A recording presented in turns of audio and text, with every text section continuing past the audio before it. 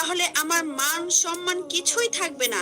আপনি আমাকে সাহায্য করুন, আমি এখন কি করতে পারি?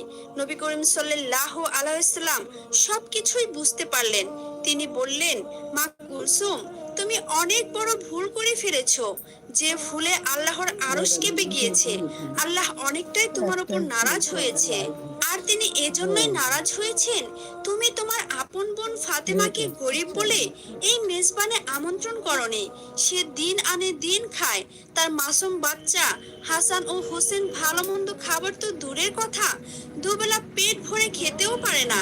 অথচ আপন বোনের ছেলেদের তুমি তোমার মেজবানে আমন্ত্রণ করনি। শহরের সকল মানুষকে তুমি আমন্ত্রণ করেছো, আর সে গরিব বলে, তার পোশাক আশাক ভালো নেই বলে তুমি তাকে আমন্ত্রণ করনি। সে মনে অনেকটাই কষ্ট পেয়েছে, তার মাসুম বাচ্চারা ক্ষুধার জ্বালায় কাতরাচ্ছে। এই ঘটনা আল্লাহর আরশে পৌঁছে গিয়েছে।